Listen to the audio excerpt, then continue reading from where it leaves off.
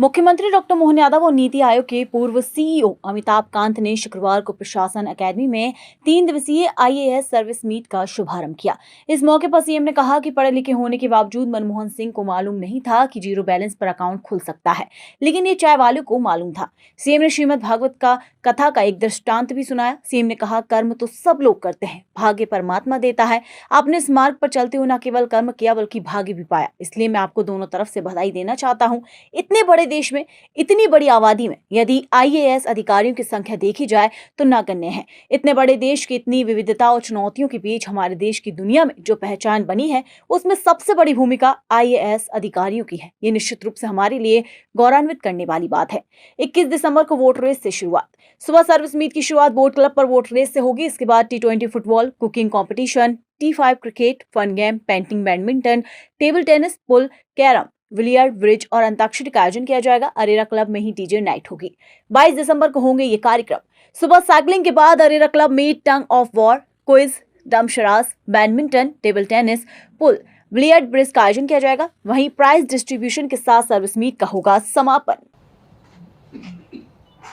ये बात सही थी कि मैं सोच रहा था कि शाम को जब मिलेंगे तो अच्छे से मिल लेंगे, क्योंकि थोड़ा समय की एक दूसरे की उलझन के कारण से गवर्नर साहब ने कहा कि पहले साथ में थोड़ा ठीक रहेगा। फिर बीच में समाचार आया कि थोड़ा अच्छा नहीं लगेगा, जो मैंने समय दिया है वो कुछ कारण से आगे पीछे हो गया। लेकिन जिससे मैं बात कर रहा हूँ, जिस सत्र के लिए मेरे मन की इच्छा थी कि मैं किसी हालत में आपके बीच में आऊँ, ये समय थोड़ा सा मजबूर कर रहा था। इसलिए हर हालत में परमात्मा जो चाहता है अंदर से वही होता है। हमने का समय निकाले चले। ये एक अलग प्रकार की आपकी सर्विस है, जिस सर्विस के माध्यम से आपने अपने जीवन में तो इसको अंगीकार किया है।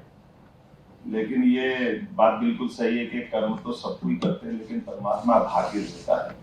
आपने इस मार्ग पे चलते हुए न केवल कर्म किया बल्कि भाग्य भी पाया। मैं आपको दोनों तरह से बधाई देना चाहता हूँ। हमारे लिए ये एक अलग प्रकार की दुनिया है। यद्यपि इतने बड़े देश में, इतनी बड़ी आबादी में अगर आईएएस अधिकारियों की संख्या देखें तो वो संख्या नगण्य के बराबर है।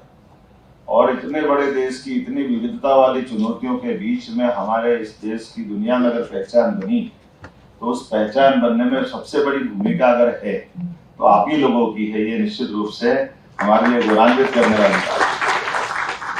मैं ऐसे ही सोच रहा था मेरे मन में कि ये 3 चौथे स्तंभ की तो बात, चलो उसको भी जोड़ लो। आमतौर पे 3 पायों पे टिका हुआ हमारा ये वर्तमान का प्रशासनिक एक हमारी अपनी दुनिया है, जिसमें राजनेता आते हैं जो अपनी विधायिका के माध्यम से अपनी भूमिका अदा करते हैं।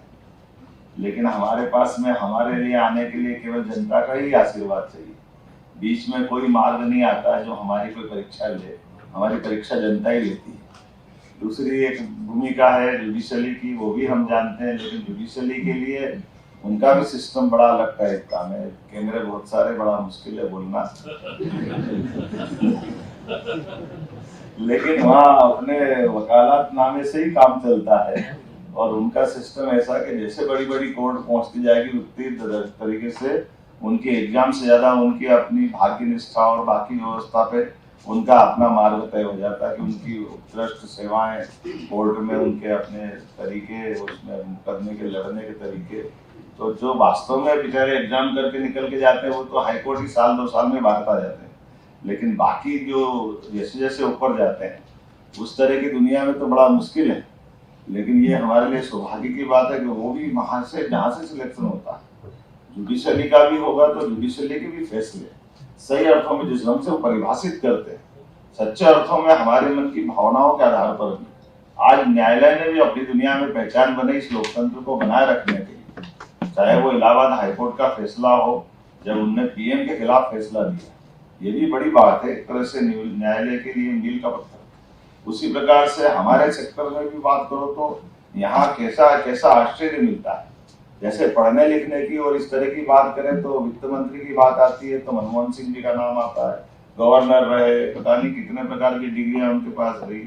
पीएम भी 10 साल तक रहे। लेकिन उनको ये मालूम नहीं कि जीरो बजट में भी जीरो अकाउंट में भी बैंक का अकाउंट खुल जाता है, पैसा कुछ नहीं और बैंक अकाउंट खुल जाए।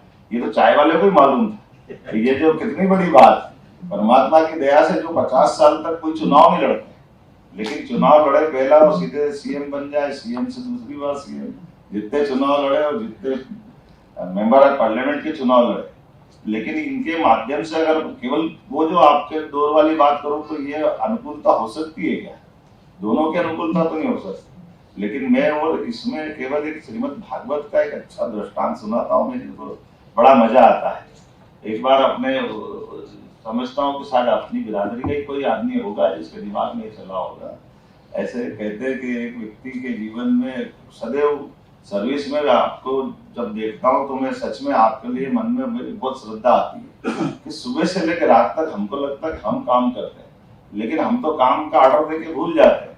वो पूरे अमली जामा पहनाने के लिए जो ताकत लगाते हैं, जैसे अभी इस सत्र की बात करते हो 8 विधेयक इतनी जल्दी आ जाए, 19 विभागों का समन्वय करके, ये कोई कम बड़ी बात नहीं। निर्णय करना सरल है, लेकिन निर्णय का एग्जीक्यूशन कराने के लिए जो आपने उसको कानूनी अमली जामा पहना देते हैं, वाकई गजब करते हैं।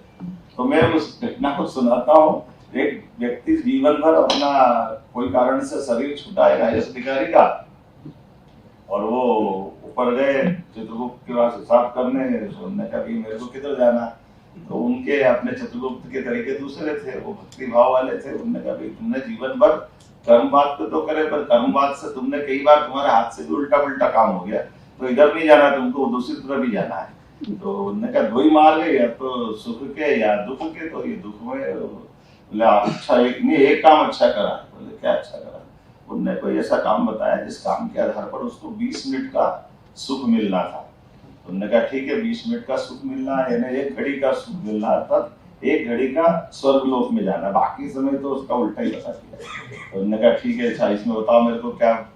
बोले आप ऐसा करो, इसमें मेरे को दोनों में से क्या चुनना है? बोला आप यहाँ आपकी इच्छा चलेगी, आप स्वर्ग में जाओ या नर्क में जाओ, आपके हाथ में। तो बोला अच्छा ठीक है। तो बोले मेरे को नर्क में जाना, तो मैं स्वर्ग में जाने का मार्ग तय करता हूँ। और उन्हें स्वर्ग में जाने की बात करी, स्वर्ग में क्या मिलता है बताओ, मेरे पावर क्या है, मेरा अधिकार क्या है, सारा डिटेल जानकारी निकाली। तो मैं यहाँ अभी तक स्वर्ग में इतने लोग आए, ऐसी बात करने वाला कोई नहीं आया कि ये अधिकार क्या है। लेकिन उन्होंने कहा ठीक है भैया, तो आपने कहा तो नहीं, कहा यहाँ तो जो मांगो वो मिलता है। बोले जो मांगो वो मिलता है? बोले पक्का? हाँ ठीक है। कितनी देर मिलेगा? बोले मिलेगा 20 मिनट, लेकिन आपको जो मांगो मिलेगा। तो उन्होंने कहा चल मेरे को कहा यहाँ का राजा कौन है? बोले वो स्वर्ग का राजा तो इंद्र है। तो इंद्र के पास ले चलो। इंद्र के पास गए, 2 मिनट उसमें लग गए। उन्होंने कहा बताओ आप क्या, तुमको क्या चाहिए? बोले यार मुझे बताया गया कि जो मांगेगा सब मिलेगा। बोले हाँ सब मिलेगा। तो बोले मुझे इंद्रासन चाहिए।